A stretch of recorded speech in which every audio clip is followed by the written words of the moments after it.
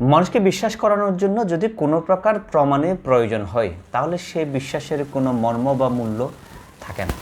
অর্থাৎ বিশ্বাসটা সম্পর্কে আমাদের সবাই অভিজ্ঞতা আমরা জানি কেউ কাউকে বিশ্বাস করা। এই বিশ্বাসের মধ্যে দুটো পক্ষ নিয়ে যদি কথা বলি তাহলে একটা জিনিস দেখবেন যে বিশ্বাসের কথা ঠিকই বলছে না এটা যে আসলে সত্য সেটা তুমি আমাকে প্রমাণ দিয়ে দেখাও। তার মানে আপনার প্রতি তার যে একটা আত্মবিশ্বাস থাকার কথা বা কনফিডেন্ট থাকা দরকার সেটা কিন্তু তার মধ্যে নেই। তার কথাটাই সেটাই প্রমাণ করে, আপনাকে প্রমাণ দিয়ে দেখাতে হয়।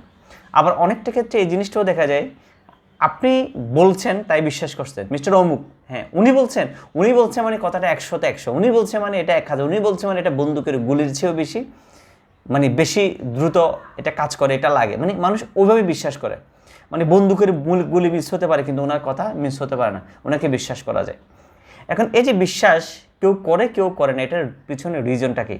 রিজনটা হচ্ছে সে একটাই, যে আপনার চলা চরিত্র উঠা বসা সব কিছুকে মিলে সব কিছুকে কেন্দ্র করে যখন সে বিচার বিবেচনা বা বিবেকবোধ নিয়ে আসে তখন কিছু মানুষ দেখা যায় বিশ্বাসটা রাখতে পারে না, আবার কিছু মানুষ দেখা যায় সে বিশ্বাসটা রাখে।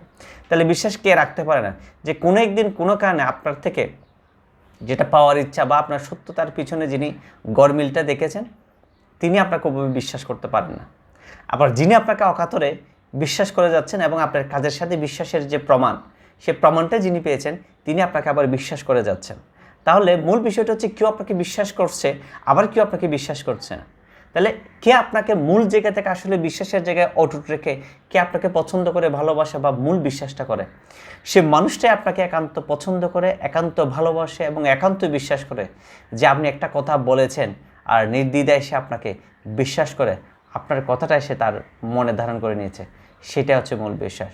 সুতরাং এই বিশ্বাসের যে জায়গাটা সেই জায়গাটা যাতে আমরা আজীবন বিশ্বস্ত হয়ে থাকতে পারি সেই জায়গার মধ্যে আমরা একটু ফোকাস দেব এবং সেই জায়গাটাকে যাতে আমরা বিশ্বাসের জায়গাটায় আর যেন আস্থাভাজন হতে পারে সেটা সবসময় অক্ষুণ্ণ রাখার সচেষ্ট রাখবো।